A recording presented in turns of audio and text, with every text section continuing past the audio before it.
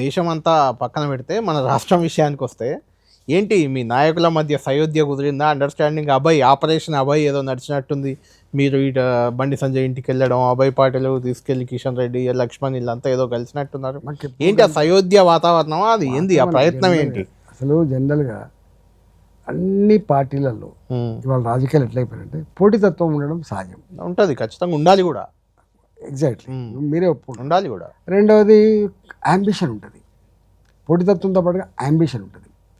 మూడోది ఏముంటుంది, difference of opinion ఉంటుంది. ఇవి లేని పార్టీలు ఉండవు,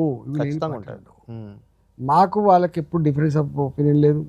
అసలు మాకు ఎప్పుడు పెద్ద వైరుధ్యాలు లేవు, నాకు గ్రూపులు లేవు. ఎందుకు లేవు? ఉన్నాయి కదా. లేవు. ఇప్పుడు మిమ్మల్ని హుజరాబాద్ రావద్దు అని బండి సంజయ్ అంటాడు, నా పార్లమెంట్ కాన్స్టిట్యున్సీ అని. మీరు అక్కడికి వెళ్ళలేవు కూడా మొన్న మున్సిపల్ ఎలక్షన్. చిన్న చిన్నవి ఉంటాయి కానీ ఆన్ ది హోల్గా అందరికి ఉండే ఏకాభిప్రాయం ఏంటంటే మా హైకమాండ్ తెలంగాణలో అధికారం రావాలని చెప్పి భావిస్తుందో దానికి అనుగుణంగా అందరం పనిచేస్తుండే తప్ప ఈ గ్రూపులు అండర్స్టాండింగ్ వచ్చేసిందా ఇప్పుడు? అంతా అందరికి అండర్స్టాండింగ్ ఉంటుంది. లేకపోతే ఇక్కడ ఎట్లా వస్తామండి? ఇప్పుడు 30 ఏళ్ళు మేము అన్ని వైరుధ్యాలను చూసిన వాళ్ళం, అన్ని రకాల అనుభవాలు ఉన్న వాళ్ళం. మేము ప్రభుత్వం ఏర్పడాలంటే, మేము పురోగమించాలంటే ఏం చేయాలో మాకు తెలియకుండా ఉంటుందా? అవన్నీ చేస్తాం కదా న్యాచురల్గా. ఇప్పుడు ఏంటి మొన్న దేశ కమిటీ, కేంద్ర కమిటీ ఒకటి వచ్చింది. అందులో ఆల్రెడీ డికే అరుణ గారు ఉపాధ్యక్షురాలికి ఉండి, ప్రధాన కార్యదర్శి బండి సంజయ్, లక్ష్మణ్ గారు బీసీ మోర్చా రాష్ట్ర దేశ చైర్మన్ ఉండే, ఆయన కేంద్ర చైర్మన్. అవన్నీ తొలగించేశారు, ఒక్కరికి కూడా ఇవ్వలేదు తెలంగాణ. దీంట్లో ఇష్యూ ఏంటంటే మీరు గదే తప్పు.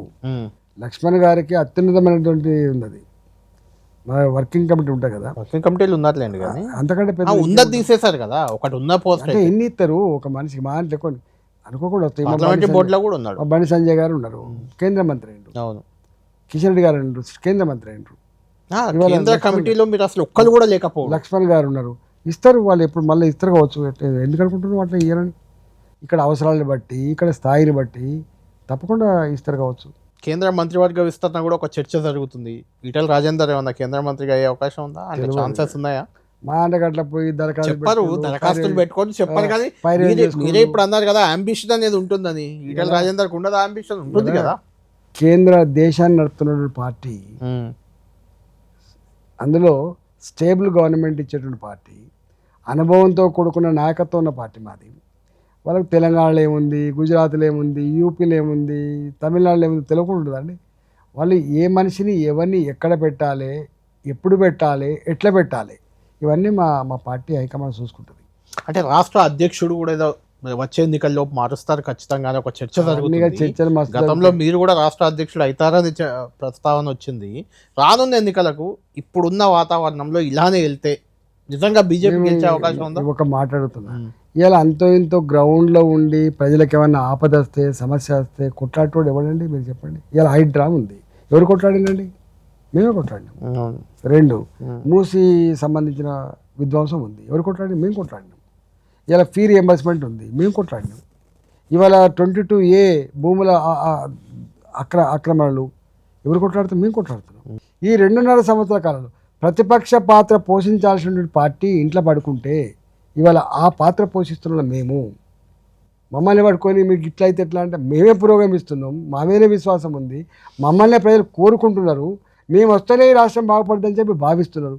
ఇంత వాతావరణం ఉంటే మీరు దాన్ని పట్టుకొని మీరు వస్తారంటారా? అంటే రాజేందర్ గారు, ఈటెల రాజేందర్, డికే అరుణ, కొండా విశ్వేశ్వరరెడ్డి, రఘునందన్ రావు, ఇంక్లూడింగ్ ధర్మపురి అరవింద్, వీళ్ళంతా వేరే బయట నుంచి వచ్చి బీజేపీలో ఎంపీలు అయిన వాళ్ళే. నేను చెప్పిన పేర్లన్నీ అయ్యాక పార్టీ కొంచెం బలోపేతమైనట్టుగా అనిపిస్తుంది. వచ్చే ఎన్నికల్లోపు అలాగే ఒక ఏకనాథ్ షిండే లాంటి వాళ్ళు, అలాంటి వాళ్ళను వచ్చే అవకాశం ఉంది. అంటే కాంగ్రెస్ నుంచో బీఆర్ఎస్ నుంచో లాగే ప్రయత్నాలు జరుగుతున్నాయి. మంది వస్తారు. ఇప్పుడు నీకు ఆంధ్రప్రదేశ్, ఉమ్మడి ఆంధ్రప్రదేశ్ రాజకీయాలు మీకు తెలుసు, తెలంగాణ రాజకీయాలు కూడా తెలుసు మీకు. ఇలా నేను పుట్టినప్పుడు మా తాత తండ్రి నేను కాంగ్రెస్ అంటూ అనే జమాన్ ఉందా ఇప్పుడు? నేను అంటుంది ఒక ఏక్నాథ్ షిండే లాంటి వాళ్ళు, లేకుంటే ఒక పార్టీని చీల్చి పట్టుకొచ్చాడు, లేకుంటే సువేందు అధికారి లాంటి పశ్చిమ బెంగాల్లో మీరే తెచ్చారు ఇద్దరిని, అట్లా తీసుకొచ్చి ఇంకో ఏదైనా పాసిబుల్ ఉండొచ్చు. పార్టీని చీల్చే ప్రయత్నాలు ఉన్నాయి ఇక్కడ కూడా. మేము ఎవరిని చీల్చాల్సిన ఎందుకు? సువేంద్ర అధికారిని మీరు కదా మమతా బెనర్జీ నుంచి చీల్చి ఆమె మీద నిలబెట్టి ఆమెనే కూడా కొట్టారు కదా. ఇక్కడ ఇష్యూ మేము చీల్చాల్సిన అక్కర లేదు, మేము చీల్చాల్సిన అక్కర లేదు. మేము ఒక ప్రభుత్వాన్ని పడగొట్టాల్సిన అక్కడ అంతకంటే లేదు. ఇలా వాళ్ళే ఇలా కాంగ్రెస్ పార్టీ వాళ్ళు అంటారు చూసినావా, మమ్మల్ని ఎవడు ఓడగొట్టలేడు, మాకు మేమే ఓడగొట్టుకుంటాం, వాళ్ళకి వాళ్ళే ఓడగొట్టుకుంటారు, మేమేం చేస్తాం. ఇప్పుడు పోయిన నెంబర్ టూ ఇలా బీఆర్ఎస్ ఉంది, మనం 39 సీట్లు ఎంత గెలిచింది, ఎంతమంది వెళ్ళిపోయినారు, 10 మంది మరి 9 మళ్ళీ మీరే చెప్పారు వెనకకు వస్తున్నారని కూడా. వెనుకకు వస్తారు, అది అసంతృప్తితో ఉన్నారు, అసంతృప్తితో ఉన్నారు. మరి ఎవరు ఎడిపోతారో నీకు ఏమరిక తెలియదు. మరి అందుకని తెలియదు కాబట్టి ఈటెల రాజేందర్ కూడా అటువైపు ఏమైనా వెళ్ళే అవకాశం ఉందా? ఎందుకంటే నేను ఎందుకు అడుగుతుంది చెప్తాను. కేసీఆర్ను దింపడానికి మీరు బీజేపీలు చేరారు పోయిన ఎన్నికల ముందు. కేసీఆర్తో మీకు వచ్చిన గ్యాప్ కానీ, లేకపోతే కేసీఆర్ పాలన మీద మీకు అసంతృప్తి కానీ, వాటెవర్, ఆయన దింపాలి అని టార్గెట్ పెట్టుకొని బీజేపీలు చేరారు. సరే, అందులో కొంత సక్సెస్ కూడా అయ్యారు, దింపేశారు. ఇప్పుడు రేవంత్ను దింపాలని టార్గెట్ పెట్టుకున్నారు. రేవంత్ను బీజేపీ దింపలేదు అని మీకు అనిపిస్తే చివరి నిమిషంలో ఎన్నికల ముందు టీఆర్ఎస్ పోయే అవకాశం లేదంటే ఇక్కడ దించేది ఈటలందరూ ఇష్టాల మీద, ఈటల కెపాసిటీ మీద ఆధారపడదు. ప్రజలు అనుకుంటే అవుతుంది. ప్రజలు ఏమనుకుంటున్నారో ఆ వైపు మళ్ళీ చెప్తున్నా, మూడు విషయాలు మళ్ళీ చెప్తున్నా, గతంలో చెప్పిన మళ్ళీ చెప్తున్నా. పార్టీలు అనుకున్నంత మాత్రాన ఒకరిని ఓడగొట్టడమో వాళ్ళు గెలవడమో సాధ్యం కాదు. నాయకులు అనుకున్నంత మాత్రాన ఒకరిని ఓడగొట్టడమో ఒకరిని గెలవడమో సాధ్యం కాదు. ప్రజలు అనుకుంటే మాత్రమే సాధ్యమవుతుంది. ప్రజలు ఆనాడు కేసీఆర్ ఓడగొట్టాలనుకున్నారు, ఓడగొట్టిండ్రు. పైసలు పనిచేయలే, హామీలు పనిచేయలే, అనుభవం పనిచేయలే, సెంటిమెంట్ పనిచేయలే, ఓడగొట్టిండ్రు. ఇవాళ రేవంత్ రెడ్డి గారు కూడా మళ్ళీ డబ్బులు నమ్ముకొని నేనేదో ఇట్లా చేస్తా, వాళ్ళని ఏదో వాళ్ళని ఇంకా డిఫేమ్ చేసే ప్రయత్నం చేస్తా అనుకుంటారు. సాధ్యం కాదు, ఎందుకు సాధ్యం కాదు. సాధ్యమేది ఒకటే ఏంటంటే, ఇవాళ భారతీయ జనతా పార్టీ ఇప్పటిదాకా అధికారం రాలే. భారతీయ జనతా పార్టీ వస్తే నరేంద్ర మోడీ గారి కేంద్ర ప్రభుత్వ సహకారంతో ఈ రాష్ట్రం సురక్షితంగా ఉండే ఆస్కారం ఉంటుంది, ఎదిగే ఆస్కారం ఉంటుంది అనేది ఉన్నది.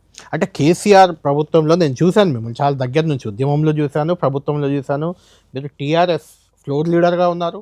కేసీఆర్ ప్రభుత్వంలో ఆర్థిక మంత్రిగా, వైద్య శాఖ మంత్రిగా, ఒక రకంగా వాళ్ళ ఫ్యామిలీని పక్కన పెడితే నెక్స్ట్ మీరే ఇక పార్టీలో ఆ రకంగా నడిపిన వాళ్ళు బీజేపీలో కేవలం ఎంపీగా పరిమితం అయ్యారు. మీకు రాష్ట్ర అధ్యక్షుడు ఇస్తారని చాలాసార్లు ప్రచారం అయింది, కేంద్ర మంత్రి అవుతారనుకున్నారు. ఏది కాకుండా కేవలం ఎంపీగా మిగిలిపోయారు. రేపు బీజేపీ అధికారంలోకి వచ్చే పరిస్థితి లేదని మీకు అనిపిస్తే అప్పుడు ఈటెల రాజేందర్ అటువైపు అయినా వెళ్ళొచ్చు అని ఒక చర్చ జరుగుతుంది. మళ్ళీ అసలు బయట చర్చ మీ దృష్టికి వచ్చిందా? బయట జరుగుతున్న చర్చ మీ దృష్టికి వచ్చిందా? ఫేక్, ఈ థర్డ్ క్లాసు, ఇవన్నీ నేను ఎక్కడ స్పందిస్తే చెప్పండి. నేను 100 సార్లు చెప్పిన, అరే పార్టీలు మారడం బట్టలు మార్చుకున్నంత ఈజీ కాదు, నేను అలా మాట్లాడని చెప్పారు. ఇంకా ఒకటి 2021లో ఇంకొక మాట కూడా చెప్పిన, మీకు ఐడియా ఉండదు. సైనడ్ గుళికలు ఉంటాయి జేబులో తప్ప ఈ పిచ్చి పని చేయను అని చెప్పిన. ఇంకొక మాట కూడా చెప్పిన, మళ్ళీ ఈ కేసీఆర్ను ఓడగొట్టేంత వరకు నేను అధికారం అని చెప్పి గజ్వేల్ పోయి పోటీ చేసిన, రిస్క్ తీసుకొని. నేను గెలవడానికి తెలిసి కూడా ఈ హైదరాబాద్ కూడా పోయి అంత రిస్క్ తీసుకున్నాను నేను. అవును, అంటే నాకు గంత కసి ఉంటుంది తప్ప, ఎందుకంటే నేను చిన్నప్పటి నుంచి వెళ్ళి ఆత్మగౌరవం కలిగిన వాడిని ఏదైనా చేయాలనుకున్నప్పుడు ఈ పైసలు వస్తాయా లేకపోతే పవర్ వస్తుందా దానికోసం ఆలోచించడం కాదు. ప్రజలకు మెచ్చిన పద్ధతిలో లీడర్షిప్ చేయాలని కోరుకుంటాను నేను. అందుకనే ఇక ఇప్పుడు నా వయసుకి ఇక్కడ గట్టు పోవాల్సిన అక్కర్ లేదు, గుర్తుపెట్టుకో. నాకు గంత కర్మ పట్టలేదు. బీజేపీ బీఆర్ఎస్ కలిసే అవకాశం లేకపోతే అలయన్స్ ఉండే ఛాన్స్ ఏమైనా ఉంటుందంటారా? మీకు అనిపిస్తుందా? ఇప్పటికి లేదు అవకాశం. దేశంలో ఏదైనా జరగవచ్చు, మళ్ళా చెప్తున్నా, ఒక్కటి జరగదని చెప్తాను. ఇది ఇప్పుడు నేను పార్టీలో ఉండనా అనేది నా వ్యక్తిగతం కాబట్టి మీరు నేను చెప్పగలుగుతాను. నేను పార్టీలు మారటం కాదు అని, కానీ కొట్లాడతా అని. కానీ ఏ పార్టీల అలయన్స్ ఉంటుందో, ఏ పార్టీల మధ్య పొత్తులు ఉంటాయో, ఏ పార్టీల పై నేను చెప్తే చెప్పండి.